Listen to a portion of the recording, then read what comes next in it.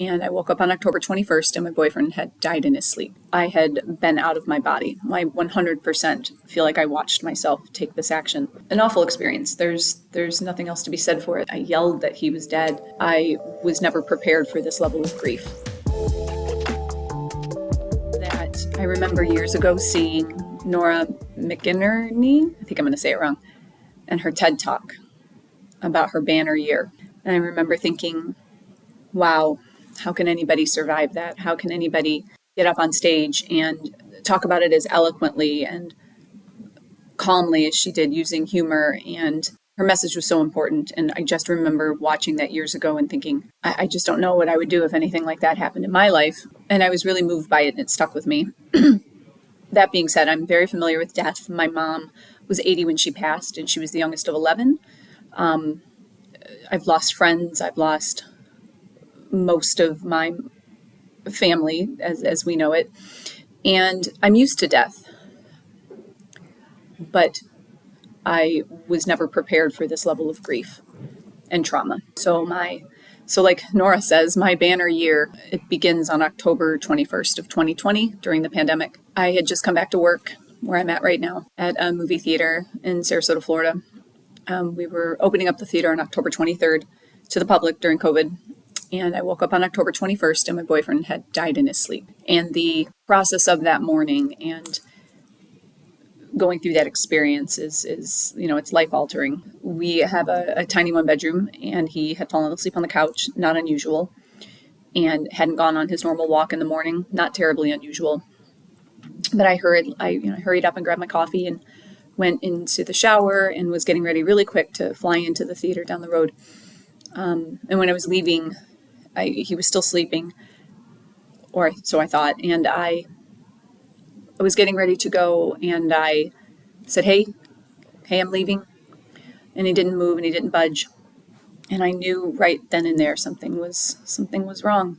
So I walked over to him slowly, and in this moment, I had been out of my body. I 100% feel like I watched myself take this action.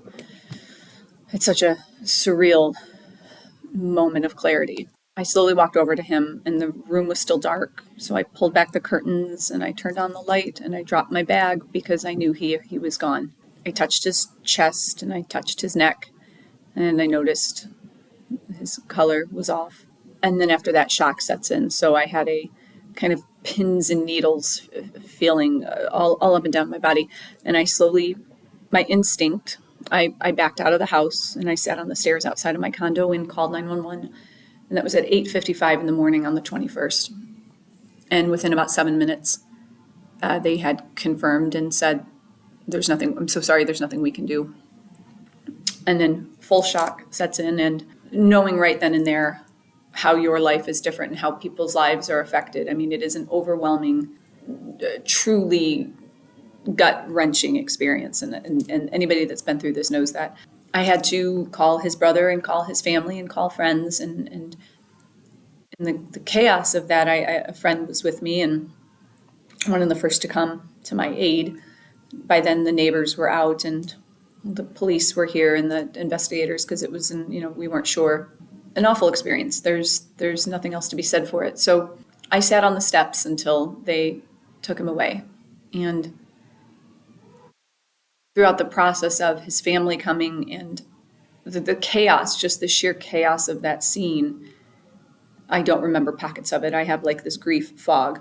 A friend was there, and when his mother showed up, I felt like I was screaming at people. I thought I was screaming about what was going on. And I later was told by my friend, I said, I can't believe I yelled at his mom. I yelled that he was dead.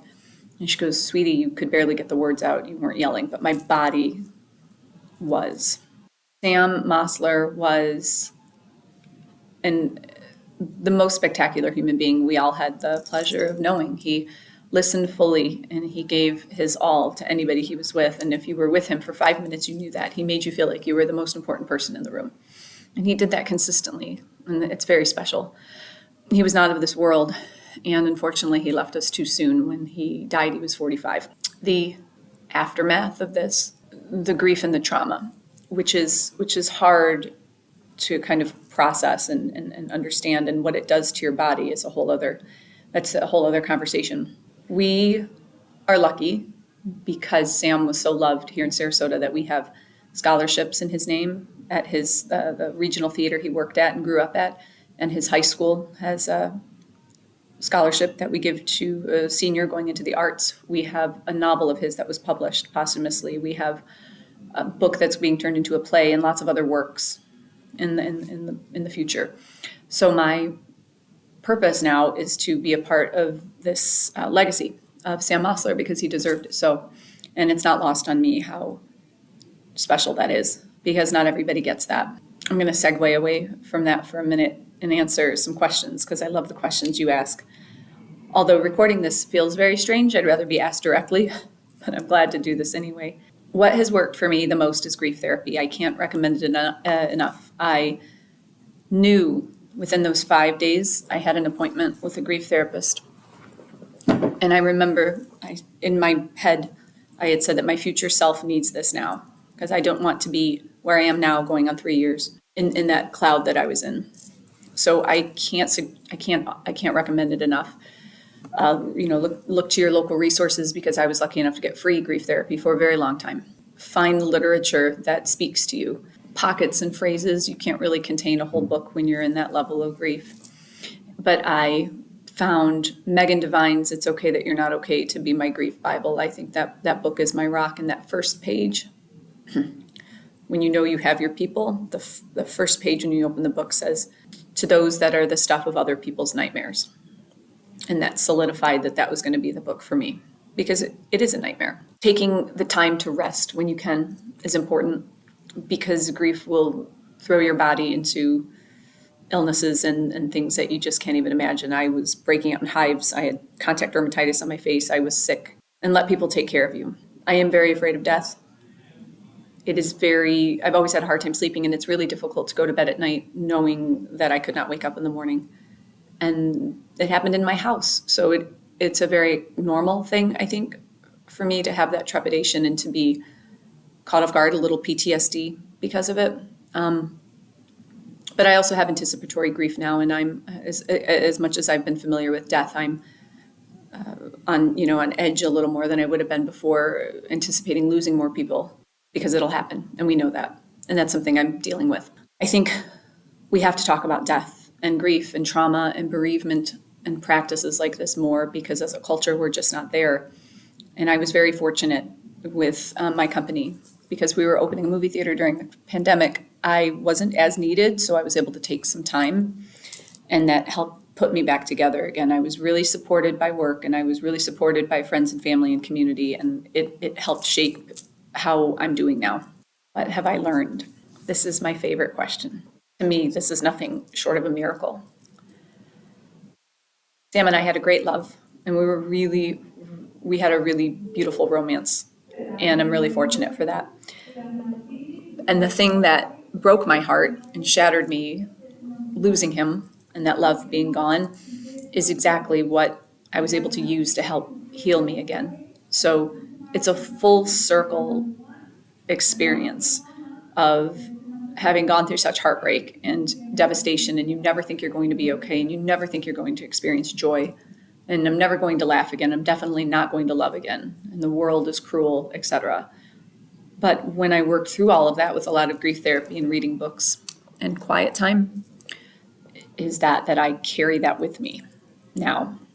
All of that love that we experienced is the gift I have. And now it's a gift I have to give back. And I don't know what capacity that is yet, but it's something I feel. I don't feel Sam physically. I have gifts from him that are imparted to me that I now have to use in this life with whatever I have left. And it's a miracle that's been my experience, and I'm grateful for it every day. I wake up every day very grateful, because he didn't, and he loved life. And the best thing I can do to honor him is to wake up every day and be grateful. And not that every day is easy, but I'm grateful when I take that breath in the morning. It's very special. And I have a moment, and I say a little, I'm not terribly religious, but I say a prayer, and I'm really grateful to wake up in the morning. I've learned some very hard lessons in losing Sam, but what I've been given and the purpose-driven life I kind of have now because of that experience has made me a better person. I would trade it all back in a minute if it meant he was here, but that's not the case.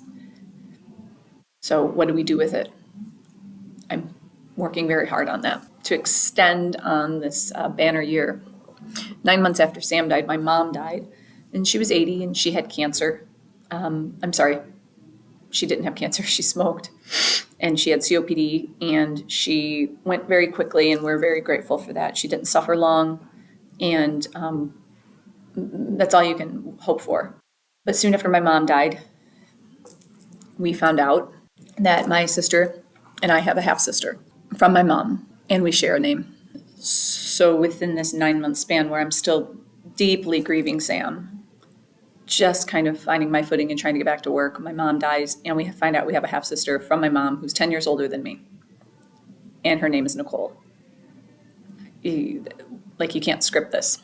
And that was hard. Still not as hard as losing Sam, but it's a different kind of grief. And it was traumatic hearing that news, like, who was my mom? But what was it like 10 years before? I was born in 1976. She was born in 66. Like, it just opens up a world of what you thought you knew of your family or your parent or whoever it is. And there's a lot of TV shows about lost siblings and things like that. It's not always that glamorous and that exciting. It can be very hard and very traumatic.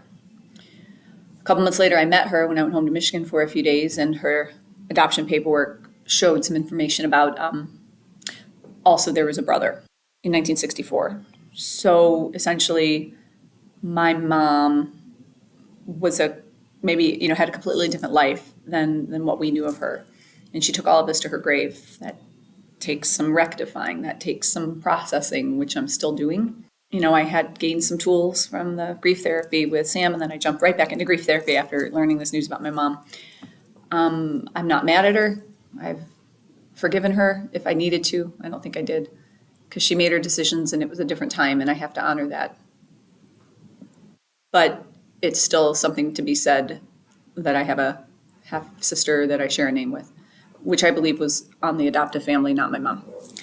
Red banner year, just grief on top of grief. We're still in a pandemic too, right? This is October of 20 through the first year of his passing, and we're still dealing with a pandemic. And the effects of this loss and this grief, it changed my health, it changed my body makeup. I feel it is a surreal experience that I don't wish on anybody. However, if you're grieving, there's a community for you. If you're new in this, if you've pushed things down and repressed things, there's a community for you. If I hear of people I know, especially just through social media, that have lost somebody recently, and it's somebody I know, I'll reach out to them immediately on Messenger to offer support. There are cliches that are cliches for a reason. Some things aren't appropriate to say to a grieving person, but I think there's better tools out there to help friends of grievers. But the best thing I can offer, and I've said this for a while now, the best thing I can offer, what I've learned in my experiences, if you put work in, the grief gets lighter. And you want to look for that lightness. And like Nora said in her TED Talk, you don't move on, you move forward. I love that. I never thought I would resonate with something like that so much.